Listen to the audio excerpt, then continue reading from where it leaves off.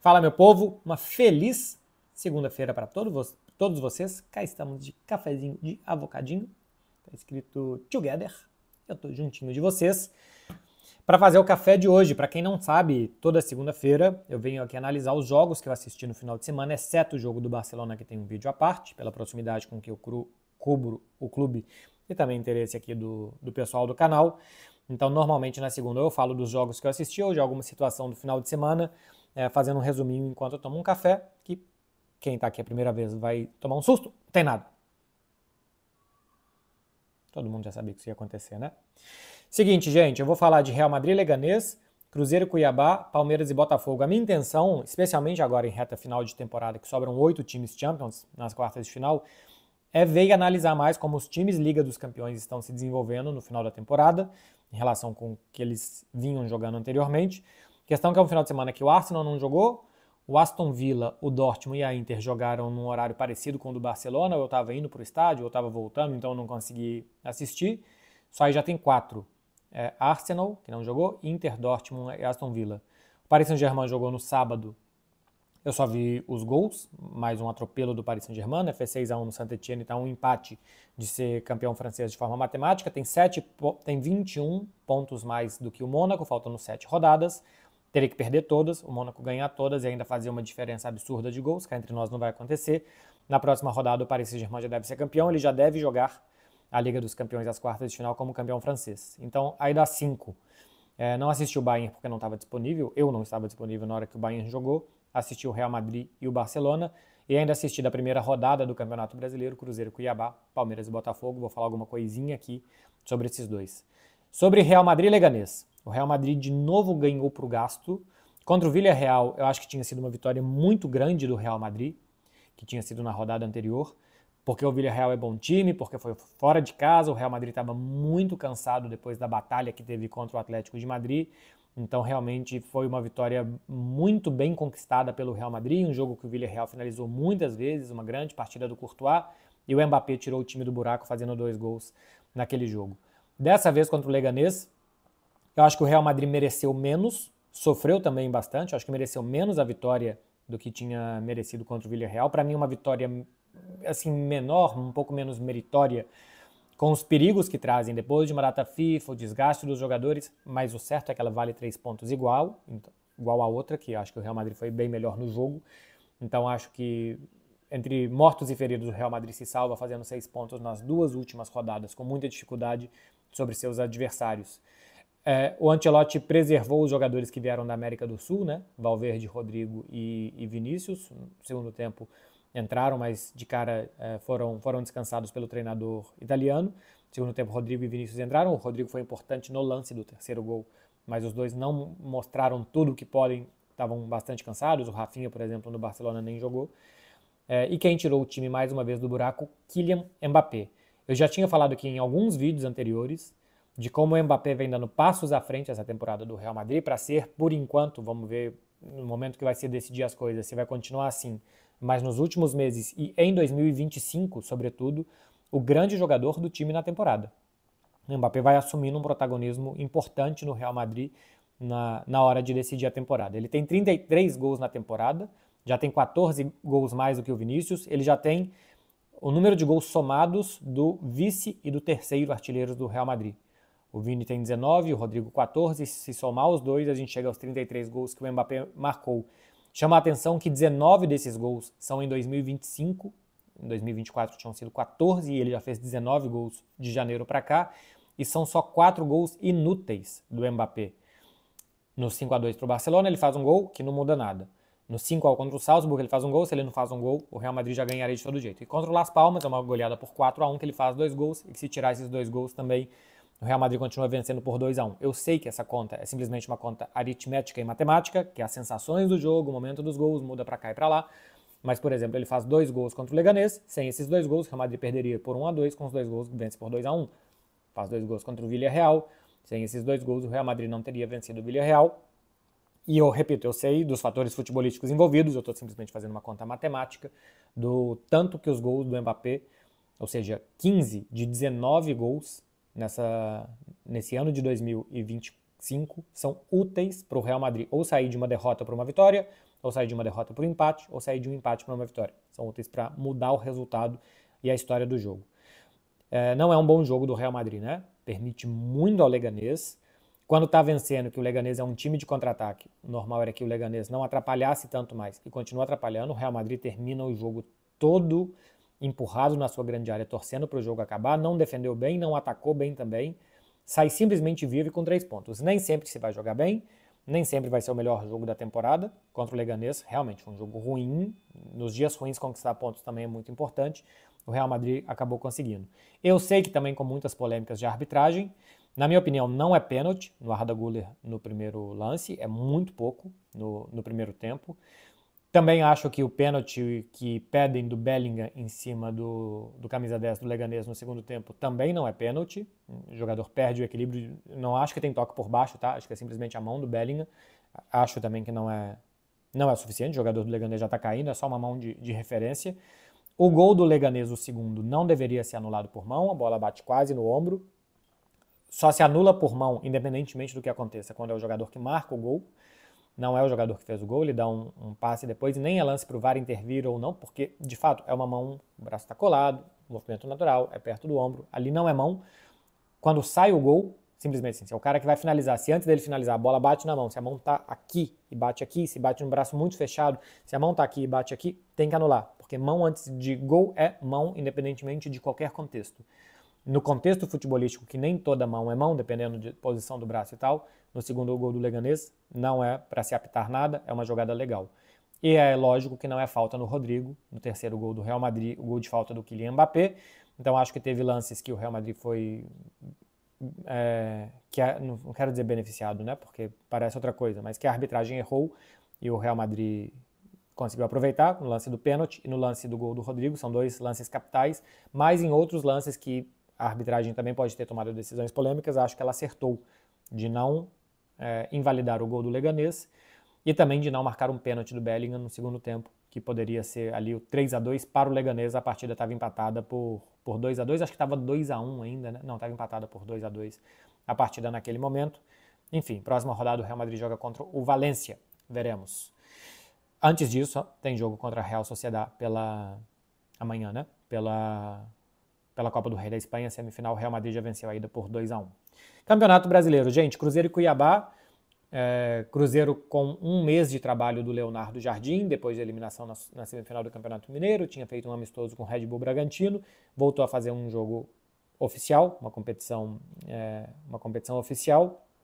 Eu gostei dos primeiros minutos do Cruzeiro, os primeiros 20, 25 do primeiro tempo e os primeiros 15 do segundo acho que foram bons, de boa marcação em cima, com Caio Jorge e Gabigol na área, e eles não são 2 torres fixas, né? São atacantes móveis, com a chegada de Wanderson e de Dudu, também de segunda linha, mas quase que com 4 atacantes na hora de atacar. Acho que isso confunde muito a marcação do rival, isso pode ser muito bem explorado. Os 2 gols do Cruzeiro são de gerar dúvida na defesa do Mirassol, de como que o time ia atacar dentro da área, e acho que os jogadores aparecem livres por conta disso. Boas movimentações, muita gente na área confunde, muitos marcadores. As pressões para impedir que o Mirassol avançasse no início dos 2 tempos também é boa. Questão é que esses atacantes do Cruzeiro, Gabigol, Caio Jorge, especialmente os 2 e também o Dudu, não são jogadores de muita entrega defensiva, então eles não marcam alto por muito tempo, eles não estão bem coordenados por muito tempo. Para marcar em cima, você precisa que o resto acompanhe. Eu acho que de vez em quando o time se partia. Enfim, acho que o Cruzeiro conseguiu em alguns tramos do jogo fazer talvez o que o Leonardo Jardim queira, mas em muitos momentos da partida não, e nesses momentos que não fez, o time foi muito dominado pelo Mirassol. Os últimos 15 minutos do primeiro tempo, bastante, e a partir dos 20 do segundo tempo também, o Mirassol consegue criar boas chances. Acho que o Mirassol merecia até maior sorte no jogo, tá? Se o jogo tivesse sido empatado por 2-2, eu acho que não seria nenhum absurdo. O início do segundo tempo eu gosto também, como Dudu e Wanderson funcionam quase que como meias por dentro, fixando muitos laterais do Mirassol, e que Caio Jorge e William aproveitem muitos lados do campo. Acho que isso já se via em alguns trabalhos do Leonardo Jardim aqui na Europa. Eu lembro que o Mônaco muitas vezes fazia isso, laterais atacavam bastante, e os meias, eu acho que era Lemar e Bernardo Silva, se não estou enganado. João Moutinho e Bernardo Silva, enfim, que fechavam bastante, 4-4-2 para os laterais atacarem. E eu acho que isso funcionou bem no início do segundo tempo. O primeiro tempo era uma movimentação um pouco diferente, mas porque o Mirassol marcou bem mais atrás no início do segundo tempo, deu para perceber isso mais. Mas eu fico com uma sensação de nota 6 para essa primeira rodada do Cruzeiro, porque começou bem os tempos, aproveitou bem as chances, tem bons jogadores para concluir bem as jogadas, mas por 15 minutos mais ou menos no primeiro tempo e 20, 25 minutos no segundo, uns 40, 45 minutos de jogo, o time foi muito mal e permitiu muito ao Mirassol. O grande jogo do Cássio, pegando pênalti, fazendo defesas muito importantes. E acho que o bom jogo do Willian, que também está precisando, né? Assim, teve um início de temporada, acho que desde o ano passado está mal. O Willian também faz um bom jogo para, quem sabe, ganhar um pouco de moral. Muito mal o jogo do Wallace, assim, de novo, ainda não chegou ao Cruzeiro Wallace. É um jogo de perda de bola em saída, de má marcação, lento, chegando atrasado em jogadas, má qualidade de passe, tudo ruim do Wallace, que foi substituído pelo Lucas Romero depois. Não acho que é pênalti do Gamarra. Sim, é uma mão só de referência, não é um empurrão, não é assintoso. É o famoso pênaltizinho, que eu acho que não se deve marcar pênaltizinhos. Essa falta no meio-campo seria marcada, então dentro da área também. Acho que nem no meio-campo seria tanto para tanto, e dentro da área muito menos, sabe? Assim, não pode se marcar pênalti por toda vez que o jogador coloca uma mão de referência em cima do outro. Para mim não é pênalti de jeito nenhum. E se é pênalti, é um pênalti muito tonto, né? Assim, um pênalti bobo, um jogador de costas indo em direção à linha de fundo. Enfim, não acho que o defensor teria a intenção de empurrar o atacante numa jogada como essa. É meio que estragar o futebol. É uma jogada completamente de contato e nada mais do que isso. Mais ou menos no que eu falei da linha aqui do pênalti do Bellingham, que para mim também não é, ou do pênalti a favor do Real Madrid em cima do Arda Güler, que para mim também não é. Então, assim, eu estou mais ou menos a minha visão de critério para os mesmos lances, não pode ser marcado. Enfim, não é. Quem conhece futebol sabe que isso não é pênalti. E depois pega muito bem o Cássio, o pênalti do Reinaldo. O Gamarra aqui defende muito mal a jogada do gol do Mirassol, né? O zagueiro tem que ser mais contundente, não pode simplesmente uma disputa no alto ser quem vai chegar primeiro. Você tem que atrapalhar com o corpo, você tem que prejudicar a finalização do adversário se você não vai alcançar a bola, e o Gamarra não consegue fazer isso. Enfim, último jogo que eu assisti, Palmeiras e Botafogo, já para fechar o domingo, começou às 11 da noite daqui. Começou às 11 da noite? Começou às 9 da noite daqui? Às 9 da noite daqui, Palmeiras e Botafogo. Eu já falei isso 1 milhão de vezes e eu já percebi que teve repercussão em redes sociais, não porque eu falo, evidentemente, mas que muita gente também percebe que a estética dos jogos do Palmeiras é muito ruim. Não dá vontade de ver nos melhores times do Brasil da última década jogar, porque a qualidade visual é muito ruim. O campo artificial parecia que tinha mais terra do que gramado. Isso não vou nem falar que as arquibancadas parecem escuras, assim, o estádio não parece bom. Eu sei que ele é bom, eu sei que ele é excelente e tal, um estádio de 10 anos, é super moderno, mas é que não parece. Não dá a sensação de que aquilo ali é bom, sabe? É um prato mal apresentado. Eu acho que o Palmeiras deveria se preocupar com isso. Sabe assim? Acho que quem não é torcedor do Palmeiras talvez não tenha nenhuma vontade de ver os jogos do Palmeiras. Se você não está emocionalmente ligado àquele jogo, você não tem vontade de ver, não é legal, não é bonito. Enfim, prejudica o entretenimento. Eu só queria ver 2 bons times do Brasil jogarem para finalizar o meu domingo e só fiquei pensando, caramba, que má envelopagem que tem isso daqui, que mal produzido está. Talvez o principal jogo da rodada do futebol brasileiro. Não gostei, muito ruim mesmo, qualidade visual do jogo. Sobre a partida, muito pouquinho do Palmeiras. Eu já tinha visto alguma coisa contra o Corinthians na final do Campeonato Paulista, muito pouco. Um time que ataca mal, entrega a bola em más condições para o Estevão atacar. O Estevão é muito bom de 1 contra 1, então tem que entregar para ele bolas em boas condições de 1 contra 1. Também acho que o Estevão, que é absolutamente natural da idade, de vez em quando escolhe mal quando ir para cima e quando não é hora de fazer isso, porque acaba perdendo bola em zona muito quente do campo, que gera contra-ataque para o adversário. Foi assim contra o Corinthians, foi assim contra o Botafogo também. Tem que escolher a hora, o momento do 1 contra 1, tem que ler mais ou menos de onde que está vindo a bola, quem é que está atrás de você, se perder a bola ali, o que vai acontecer. Acho que o Estevão nem sempre faz isso bem. Eu sei que existe uma óbvia comparação de Estevão e Lamine Yamal, né? Posição do campo que joga, um pé bom, idade que tem e tal. Duas promessas de algumas características parecidas surgindo. E acho que o Lamine nisso tem bastante passos à frente do Estevão. Entendimento de jogo do Lamine eu já acho bem melhor. Talvez até pela cultura futebolística que ele esteja inserido e de saber mais tempos do jogo. Hora de pisar na bola, de devolver, de tentar 1 contra 1 e não. Mas o certo também é que o Barça entrega muito melhores bolas para o Lamine, muito melhores condições do que o Palmeiras entrega para o Estevão. E o Vitor Roque precisa participar mais do jogo.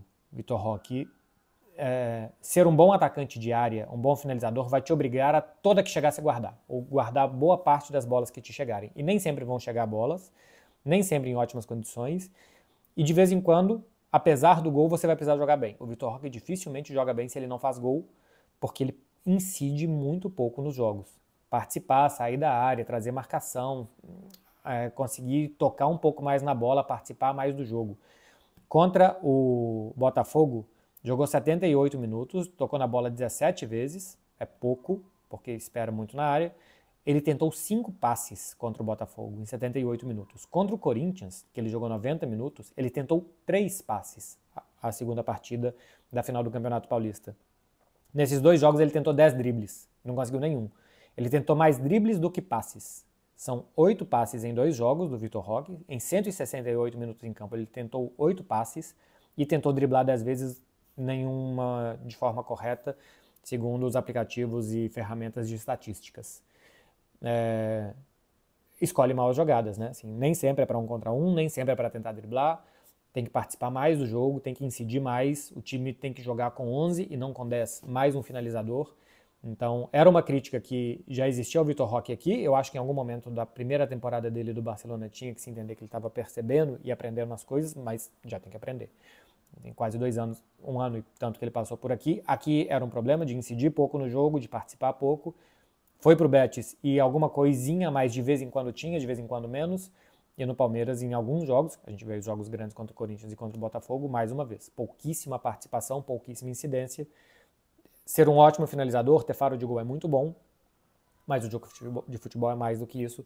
Eu acho que o Vitor Roque está fazendo pouco além de participação diária, que por enquanto nem está sendo, né, vista ainda no Palmeiras, porque fez 2 jogos, 3 jogos, né? 2 contra o Corinthians, tinha a semifinal contra o São Paulo e mais esse contra o Botafogo, então 3 de Paulista e mais 1 de Campeonato Brasileiro. Eu sei que é um universo muito pequeno, mas dentro desse universo pequeno já dá para ver que é algo que ele deveria melhorar. Bons contra-ataques do Botafogo no primeiro tempo, boas transições, rápidas, especialmente pelo lado direito de ataque do Botafogo. No segundo tempo um pouco menos, mas ainda assim. Acho que o Botafogo jogou melhor que o Palmeiras. O empate é mais ou menos justo. Se alguém tivesse que vencer, acho que seria o Botafogo. O Palmeiras teve a boa chance do Flaco Lopes, né? No segundo tempo, já no finalzinho, que o John acaba pegando com a coxa. Um goleiro muito grande se joga para o lado, mas sobra a perna para o outro e ele acaba defendendo. Num lance mais ou menos de uma chance tripla ali para o Palmeiras, que o Botafogo consegue se salvar, mas basicamente foi só isso que o Palmeiras fez. De resto, acho que o Botafogo foi melhor na proposta. Defender, contra-atacar, defendeu bem, permitiu muito pouco, contra-atacou bem também, não conseguiu finalizar. Bom jogo do Everton também, goleiro do Palmeiras. É isso, gente. Dos 3 jogos que eu assisti, cafezinho de hoje foi esse. Se inscreve aqui no canal e deixa um like para ajudar o produtor de conteúdo e para você não perder os próximos conteúdos também que virão por aqui. Valeu, gente. Uma ótima semana para todo mundo. Vocês façam o favor de ter juízo e até a próxima. Tchau, tchau.